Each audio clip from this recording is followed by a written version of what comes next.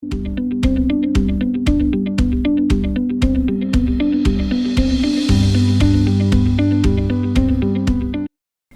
welcome back to another edition of Ask Pops Block Shop Your Questions.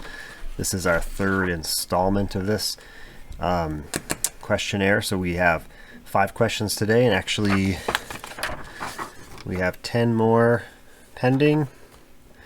Those are the 10 I have on the side, and I went to the oldest ones first this time, just to kind of get the older ones out of the way that people are waiting for answers. So yeah, to keep asking your questions, and even if I've answered questions before, I might not go into enough detail for you. Just you can ask something along the same lines, I might go back on it or throw things in there. I might have like a recap of some commonly asked questions later in the year, something like that I was thinking of. So first question, it's kind of 2 people asked kind of the same question. The first one, it says, it looks like you are not full-time on selling Lego stuff. Based on your profits and time spent running stores, what would your hourly wage be? Asked from Hugo Frappier. And then the second question is, so going on all income from Bricklink, eBay, conventions, could you go full-time and give up your job? From Matthew R. So number one, I do not track my hours, so getting an hourly wage is kind of be a little difficult to figure that out. I did a video probably last year, a while ago, where I pulled a big order and I figured my hourly for that was $35 an hour. That was just a guess, but if I had to guess, it'd be like $25 to $40 an hour. Different orders have different things. If I track the hours, I might know, but it's been getting a lot more hours lately, so it's kind of hard. And to go full time depends on the actual conventions I get into. If I ever had to get into every single Brick World, that would definitely be point of emphasis right away to figure out what's the next step here, what I'm going to do in the future. So I do want to go debt free first if possible, but that wouldn't be for like 4 more years, something like that. But maybe in 2021, if things change or go the right way, you never know what could happen, because you never hear people say that they regret doing something, going full time. It's something that they, kind of take a risk they feel at the time. You never hardly ever hear everyone say that they wish they wouldn't have done that. So that's always in the back of my head. So okay, so question number 2 is your plan to go full-time with Lego selling? How long do you think it will take for you to be able to change to full-time? Question from Thorak Videos. So I kind of just answered that a little bit. Just kind of, when I feel like it's definitely, I won't be working this job just to live. It's just more of a, to sustain what I'm doing, but I don't want to be getting up and having to work 12 hours a day just to pay things off. So my plan, the realistic plan would, like I said, be debt free, because that just makes sense, less stress, doing something like this and having fun with it. Hopefully at that point I'll build a Lego city, have more time to do fun things like that with Lego, that can be put on display, things like that.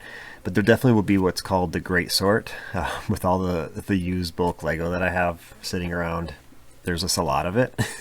But if I had to put a date on it, 2023, by the end of that year, I think would be a great time to have set up when I have a lot in savings. Actually, no, by 2023, the end of it, I will have a date set, is what my goal is right now, to for sure know. And it's good to be diversified in that sense, because I have the eBay, the Bricklink, and conventions. It just helps to realize if one kind of goes weird, you have these other options. So it's good if you're thinking of something like that, just be diversified in what you do. And then stocking up on stuff, that's what I've been doing. I've been building this business for 4 years, and I'm pretty much at the top of it.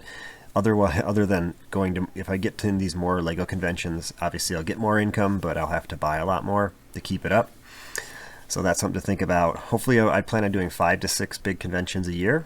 I think more than that, I would have to give up one of these other things like Bricklink. Definitely wouldn't give up eBay, but I'd probably have to give up Bricklink, and that's not what I want to do at this point, or especially if I go full time, because that is something I would have a lot more time to do. Yeah, so like I said, my business building is just about there where I want it to be for the long haul. Obviously, like I said, pay off debt. I got to pay off the van, number one. If we just had a house payment, I think I could definitely be comfortable doing this. But again, wouldn't want to, but I'd still do it so we could be more free. Like I said, I may not regret it. I would probably be like, I wish I'd have done this a year ago, you know. So it's just one of those things, just big decisions. And having 3 kids and having insurance and stuff through a regular job is a big deal. So that's something. Always gotta think about those things. And I hope to have about $3,500 in Bricklink sales a month would sustain my normal job income if I were to have a budget of about $1,000 buying that I put into the Bricklink store in inventory a month. So I don't know. We'll see where it gets us. Yeah. So basically, the $3,500 in Bricklink is what I would live off of, and then the rest, the eBay selling, would be just to buy stock and to save and profit. So that's kind of into that one. So that's question number 2. Thanks for the question. So question number 3 is, how many hours a week do you think you spend on Lego? I have been doing this for 6 years and spend, I would have to say, between 18 and 20 hours a week. That question is from Eric R. So again, kind of the same theme of this video so far. I've kind of answered that. When I first started, my sales were topping over 5,000 a month. I would spend 12 to 15 hours a week, and that was mostly eBay. I would have 30 to 40 Bricklink sales, and didn't spend too much time adding other than just minifig parts. So yeah, so that's back then. Now I would have to say I certainly spend 20 to 25 hours a week, especially the last 2 months when I've had over 150 Bricklink orders each month. Again, this is just an estimate. I do not track it. But I would have to say that I spend half the time on eBay and I make twice as much than Bricklink. So yeah, it's a give or take. eBay is so automated. When you print labels, you can print out 50 at a time. It takes you less than 10 minutes and they're all ready. And it's just so automated. It's amazing for the amount of things you can sell and make the amount of money you can make, although the fees are about 3 times as much as Bricklink, which, again, your time is money. So you take it for what it is. You get, your stock, not making as much, so you have to buy more stock and things like that. So that's that. And then question number 4, what's one unexpected thing you found joining the Lego community that you had no idea of before getting invested in it at an older age? From Nick's Bricks. I guess the one thing I think of is how important the conventions are to everyone, because it brings a community together, and you feel that connection. Friendships and things like that are made at these things. It's when I first started watching YouTube videos of people, they're so excited about going to these places. I'm like, okay, to see the displays? No, I mean, it is about the building and the great builds and all that, but it's about hanging out with people and doing that love the same thing you do. So even though I'm not a builder of Lego and things like that, I don't collect sets, or I'm not collecting things, I've still good friendships are made by those that do, and I love to see the builds and stuff. So it's great. And then yeah, so I mean, otherwise, if there's those conventions were not around, those people may not be getting together. They just be online live streaming and things like that. So I think that's one thing that I had no idea how important these conventions are and how great they are for everyone that goes and loves Lego and stuff like that. And if you haven't been to a Lego convention, we are going to be at Brickworld Milwaukee, April 18th and 19th, 2020. It is the 3rd largest Brickworld, I believe, behind Indianapolis, and Chicago's the biggest. So I know people drive 7-8 hours to it, or more, I don't know, but it's definitely worth it to see if you've never been to one. So I'm excited for that, and excited for all the future ones. We're supposed to be maybe Kansas City. I'm not exactly sure yet. Haven't been offered that yet, but for sure Michigan I should be offered, and Fort Wayne, Indiana again. So those are all exciting. It's a great weekend to do that kind of stuff. And then question number 5, how do you sort new versus used, and how do you classify it as new versus used? Example, anything not in a box is used, or parts with scratches used? Question from Milo or Milo Bricks via Twitter. New, pick a brick wall or a new set in a poly bag or box, whatever you want to say. Yeah, I would say those are new. Obviously, you want to inspect things. I've had a couple sets. I got some from Amazon, the bunny brick heads, that the 2x4 light blue or dark bluish gray tiles, they all had marks on them pretty much, about 80% of them. So I put those as used, and some of them I didn't even sell.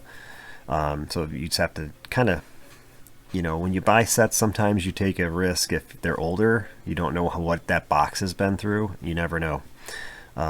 If it's got dents especially. But the Build-A-Fig at the Lego store, mostly I would list those as used, because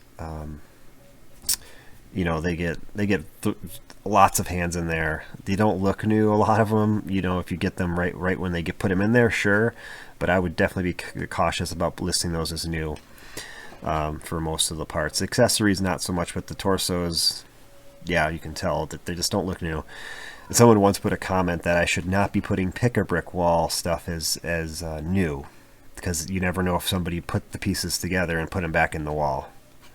Well, that's your opinion. If the parts look new, they're from a pick-a-brick wall. That's always hard to say. Obviously they're going to be looking new. If they don't look new, don't put them as new. So you be the judge of your own store. Sometimes you might get some parts that look really new, but you don't know for sure. What do you do? That's your store. You decide. And as long as nobody's upset, as long as it looks new, I mean, who's going to really know the difference? But just be honest with everything. You don't want to upset anyone. Think, oh, these are not new. Whereas, I've never had anyone demand receipts on things I've purchased for the parts in it. So anyway, yeah, just do the common sense judgments. Don't try to scam anyone. Never do that. So, and the other part of that question is, how do I sort new versus used? I'm assuming you're talking about the parts I have for sale, because that's the only time I ever would sort them, as I put them for sale. And that is another question for another video that I will get into sorting bulk Lego. Mostly it'll be used mostly. So, this is all my used section. So when I put it for sale, I will have multiple elements in one drawer when it's used. Like 10, 12, 20 different ones sometimes. The new stuff typically only has, 1, 2, or 3, depending on how many of that piece I have, things like that. So like this actually should be backward, because I have room to put a divider in there and have a spot there.